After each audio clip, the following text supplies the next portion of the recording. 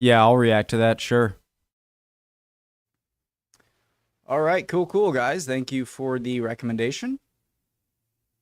Love Armchair Historian. Hope you guys are doing well. My name's Connor if you're new. All the links and everything. Time for a Ukraine video. It's been a while since I've caught up on anything, really, going on in the Ukraine war. Yeah, so let's get started, guys. Let's go. Let's learn. 2022.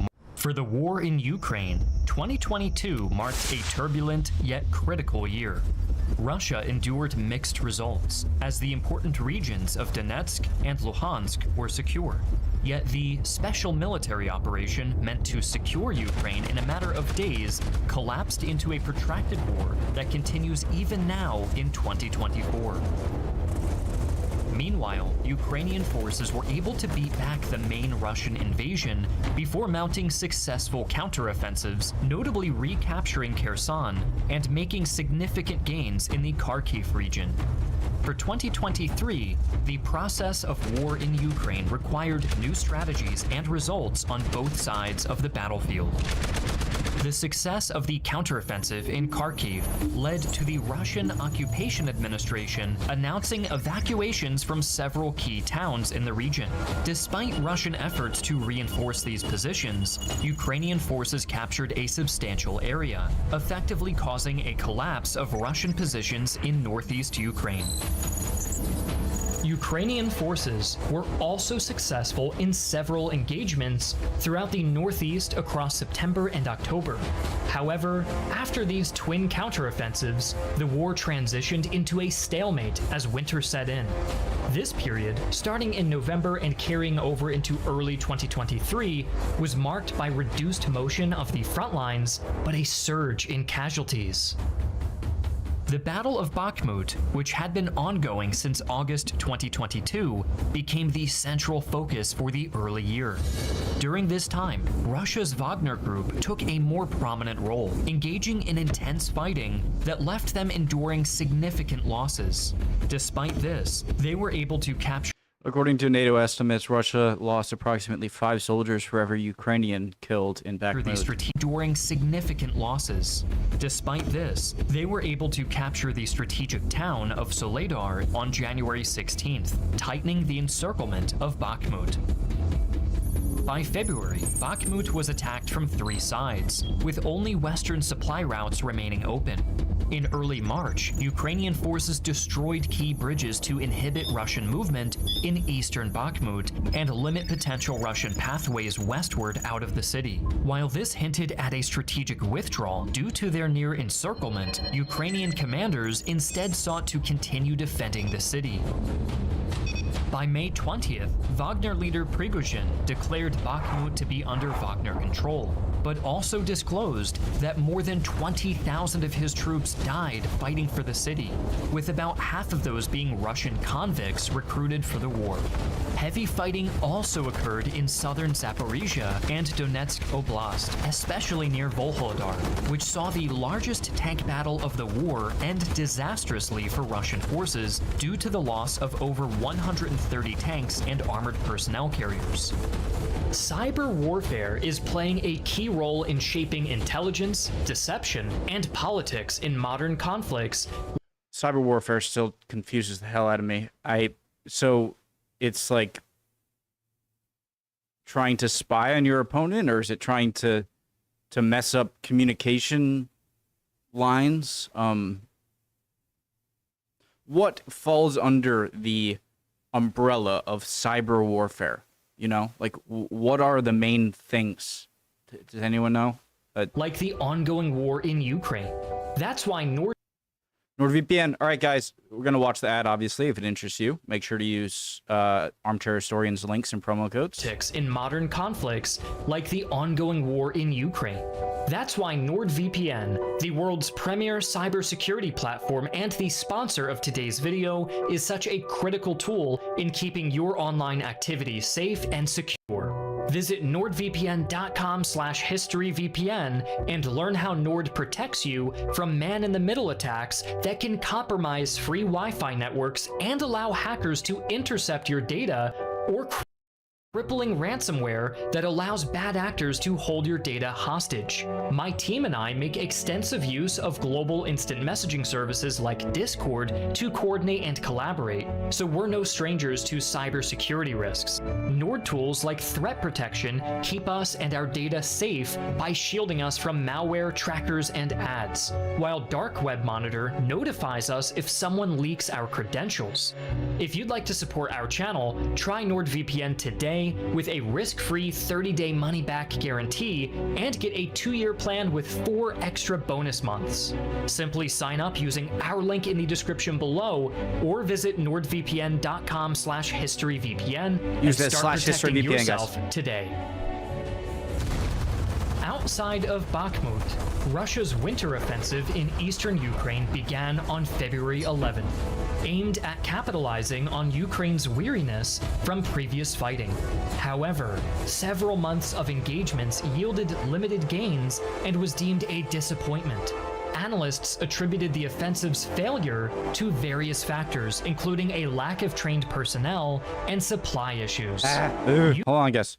However, several months on Ukraine's weariness from previous fighting. However, several months of engagements yielded limited gains and was deemed a disappointment. Analysts attributed the offensive's failure to various factors, including a lack of trained personnel and supply issues.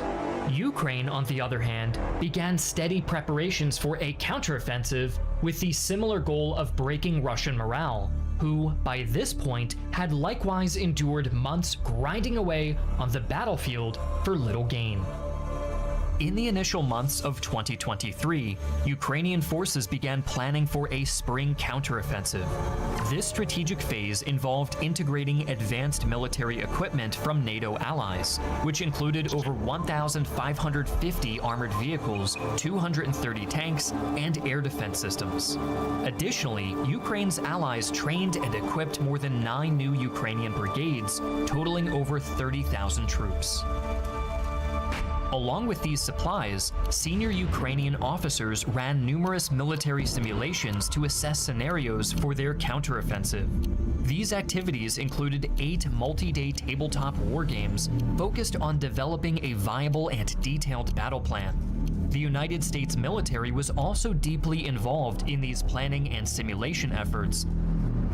But disagreements and tensions arose between the US and Ukraine over the strategy, tactics, optimal force structure, and precise timing for launching the counterattack operation.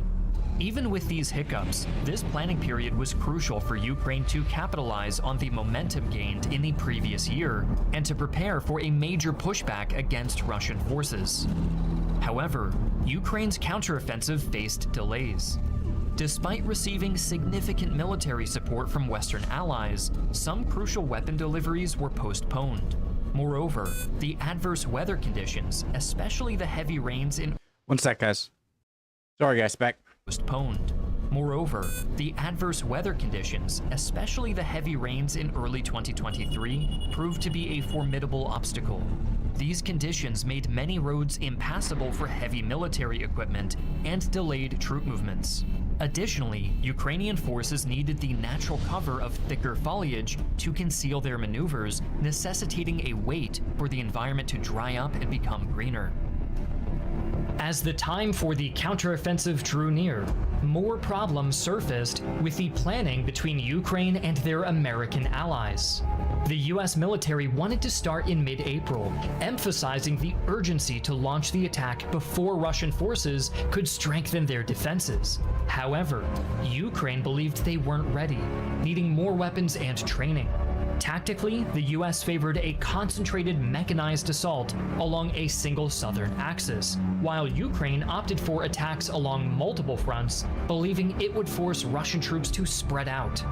Ukraine was also forced to shift its approach from relying on mechanized assaults to primarily dismounted infantry attacks after suffering heavy losses of armored vehicles. In early June 2023, Ukraine launched its long-awaited counteroffensive, shifting from a defensive stance to an aggressive one. Strategically, the Ukrainians aimed to recapture territories lost in the early stages of the war and to break the prolonged stalemate. Coinciding with this counteroffensive was the I'm trying to, with my next to no knowledge of military tactics and no knowledge, even if I did have the knowledge of, expertise on military tactics, I don't know all of the circumstances on the front line when this is going on. But is it that the Ukrainian approach of multiple attack points rather than the American mechanized, like, one punch through? Is it not just that you wanted to spread out Russian troops? That was the Ukrainians' justification for their line. But also, if you're doing one giant mechanized attack, doesn't that also leave a lot of places along the front open for Russians pushing in? Or if you're the Russian side, are you going to be so, worried about the giant push through if they went the American route that you wouldn't bother pushing in? Do you know what I mean? Would it have stretched? So you have to hold the defense while pushing most of your troops to the area you want to push in. And my question is, wouldn't that make you vulnerable along the whole front if they want to, like, if you go in here, they'll just, like, push in here, but they still gotta, you know what I mean? So it is like which is more risky? I'd imagine the, like, single assault would be more risky, but perhaps, could pay off. Destruction of the Kakhovka Dam on June 6th, which was detected by regional seismometers and U.S. spy satellites. The nature of the dam's destruction sparked intense debate about responsibility. Ukrainian authorities, alongside international experts, suggested that Russian forces were likely behind the explosion, possibly as a strategic move to hinder Ukraine's counteroffensive. However, Russia denied involvement, attributing the incident to structural failure or Ukrainian sabotage. During this time, no way in to late June 2023, take either Prigozhin, word leader for of it. the Wagner Group, initiated a dramatic Right, I drive remember towards this. Moscow, citing grievances with the Russian military leadership. Although this move was seen as a significant escalation, it ended abruptly as Prigozhin ordered his forces to halt and retreat. I wonder what Putin or the others could have said to Prigozhin to make him think he would somehow get out of this either free or alive after what he is doing during a war. Like, what could he have been told to be like, yeah, they're probably going to keep their word. I'm going to be fine. Let's stop the assault. Everyone go back. Like, how could you have been convinced that? On August 2023, Prigozhin died in a plane crash. Yeah, I'm going to go out on a limb here and say that wasn't an accident. Shrouded in mystery and speculation, marking a pivotal moment for the Wagner Group, which would later be integrated into the Russian army. A key focus of Ukrainian strategy was centered on regaining ground in the Donetsk and Zaporizhia regions.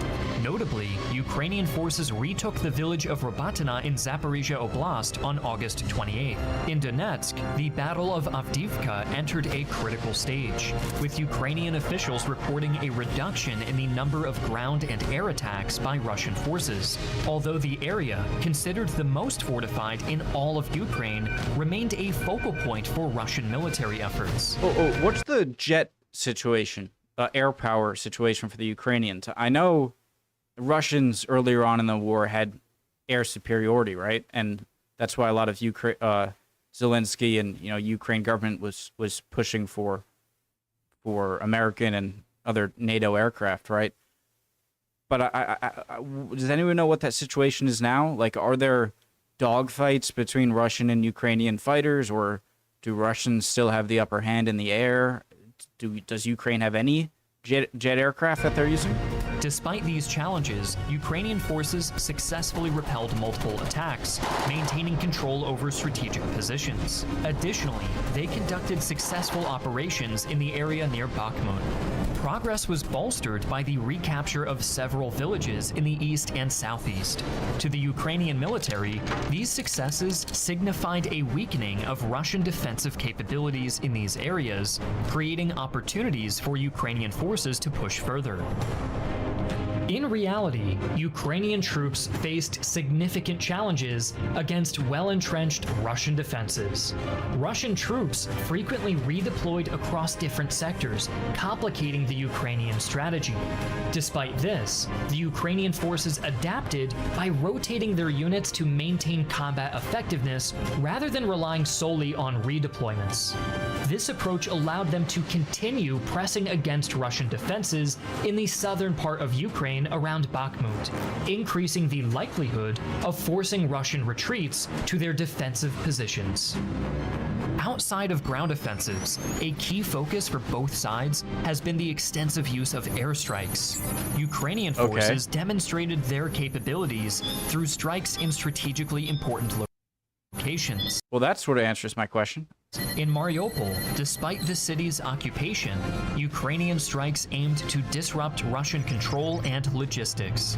Furthermore, Ukraine's ability to project power into Crimea was demonstrated by the audacious sinking of a Russian ship in the port of Novorossiysk and targeted attacks on the Black Sea's fleet headquarters in Sevastopol. Conversely, what's the deal with using like American and NATO weaponry to attack Russian soil? Isn't that what NATO countries supplying Ukraine are saying? Like, you can't do that because you don't want to be dragged into a larger war.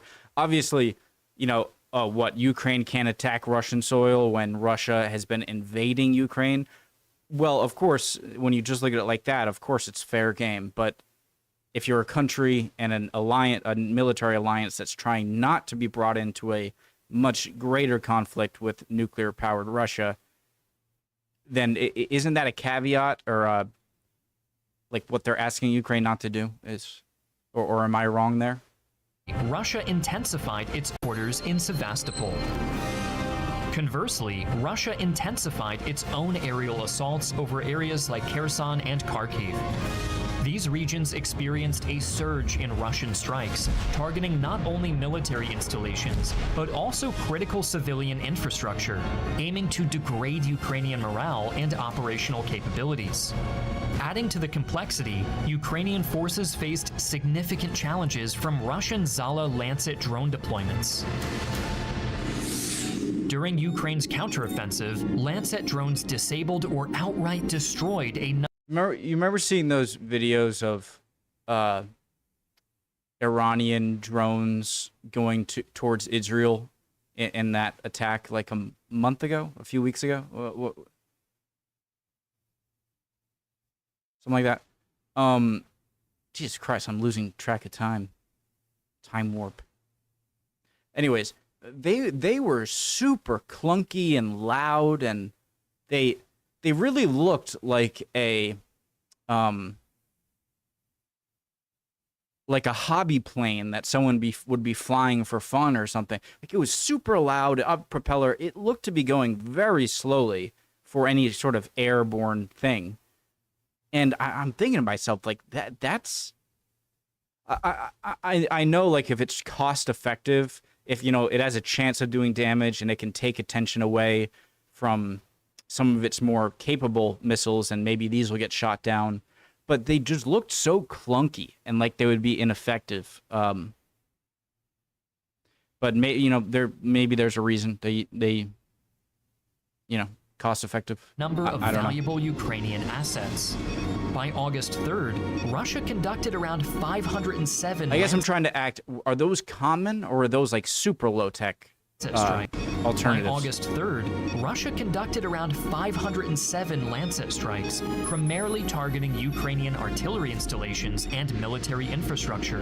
The drones effectively destroyed or damaged numerous defense complexes, radar and communication hubs, and tanks, significantly hindering Ukrainian military capabilities.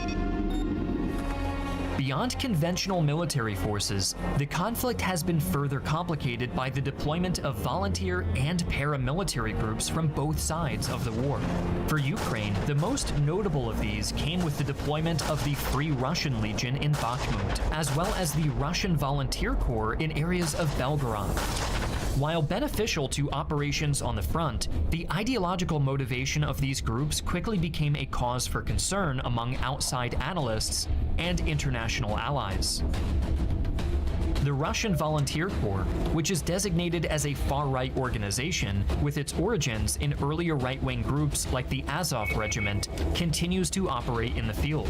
According to unverified news reports, its founder, Denis Nikitin, is a prolific neo-Nazi. RVC militants were... I mean, if I'm in war, obviously if you have people in there, like, if it's life or death, I want them to, you know, being a controlling power wouldn't be good, but obviously if you're not in wartime, don't, you know, having that image would be terrible, and just being of that position is awful.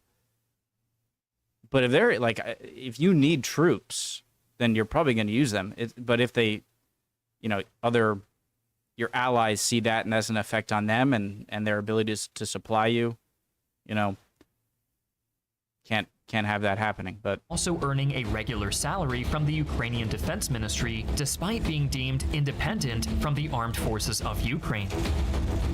On the Russian side, neo-Nazi groups such as the Rusich Group have also been active within the Wagner network, participating in key battles in Ukraine, while separatist forces in Donetsk and Luhansk continued to deploy private militias and volunteers from abroad to supplement their own forces. Many of these pro-Russian... Look, it feels too weird for me to like criticize use of soldiers given their ideology when I'm sitting in a room in a house in New England, USA, and I have nothing threatening me. I feel too uncomfortable like saying like, oh, you can't use those troops. No. I get it's a difficult situation, but if we're not in a life or death situation for our country. Paramilitary wings fight not only for territorial control. If I'm wrong here, by the way, guys, please let me know. If I'm overlooking something or don't know something and I'm sounding stupid, you know, let me know for sure. Many of these pro-Russian paramilitary wings fight not only for territorial control, but also to further ideological goals that often align with far-right and nationalist sentiments, much like their counterparts in Ukraine. Over mid-2023, the war had reached a relative stalemate along a 600-mile front line.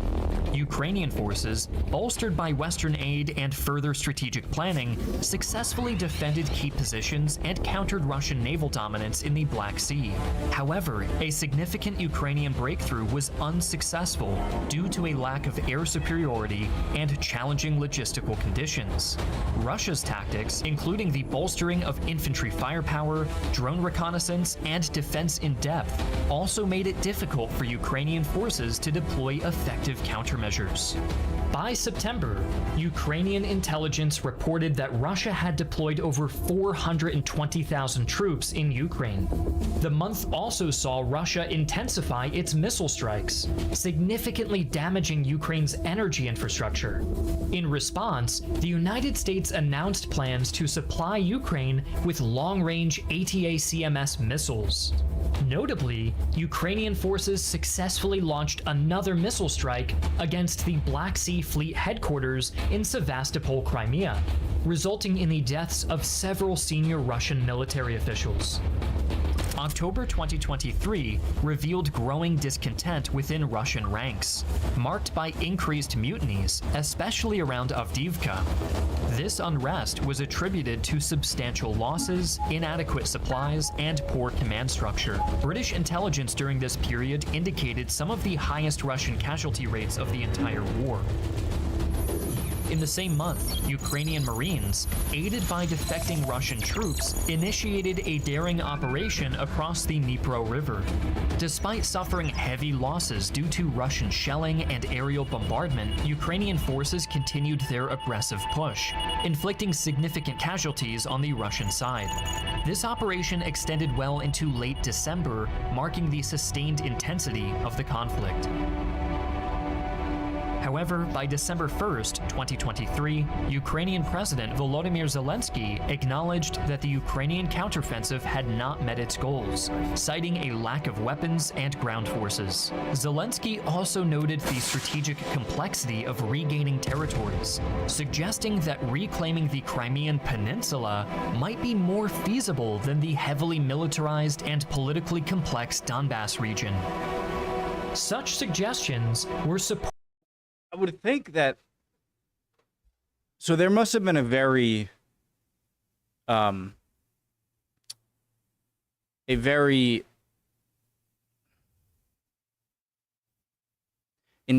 a very oh God, there must have been a very pro-Russian movement in the Donetsk, Luhansk regions, and not so much in Crimea. And I'm saying that because how would Crimea not be more, have more solidified Russian support after being taken by Russia for, 6 years by the time it was taken in 2014, right? I would just think that political support for Russia would have been solidified more in Crimea than the other eastern Ukraine territories, Donetsk, Luhansk areas. And so I wonder what was going on prior to the war in Russia in those regions that made it so much more complicated politically than Crimea. I took way too long to say that. Sorry, guys. Donbass region. Such suggestions were supported by the strike on the Russian ship Novosibirsk, putting it out of commission, which again demonstrated Ukraine's capability to strike high-value targets, posing a considerable setback to Russia's naval presence on the Black Sea. By the end of 2023, international media outlets concurred that Ukraine's counteroffensive, despite tactical successes, failed to reclaim significant territory or meet key objectives. The conflict entered 2024 with a new winter stalemate, while the battle to control Avdiivka was still ongoing.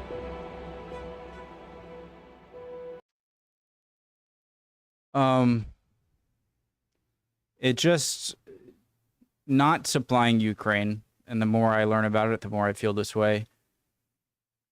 It seems like the potential of, like, you could have saved Poland from being conquered by Germany at the beginning of World War II, and it was more of a stalemate than what ended up happening, being a pretty quick German victory over Poland, and then Soviet,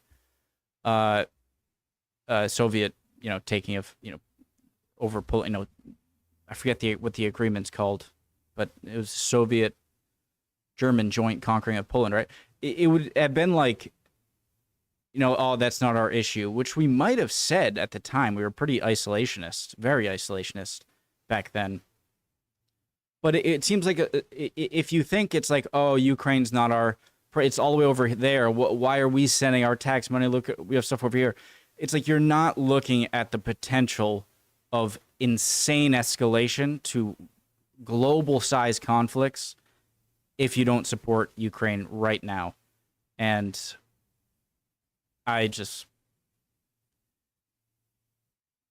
they're doing so well, for like so much better than expected. They're clearly a capable opponent to Russia, and it would be such a shame. Shame seems like way too light of a word. Yeah, I feel like this could really be a moment, like the fall of Ukraine or the failure of Russia, either the fall of Ukraine or the absolute failure of Russia to be able to completely destroy Ukraine. Which one of those happens, I think, will have a very different effect on the next decade or 2 or 3 or 4 or whatever. Very interesting. Love y'all. Hope you guys are all doing well. Would appreciate any comments down below. Answers to any of the questions I had. If I said something completely wrong, please, I'd like to know. And hopefully I'll see you guys next video. Bye, guys.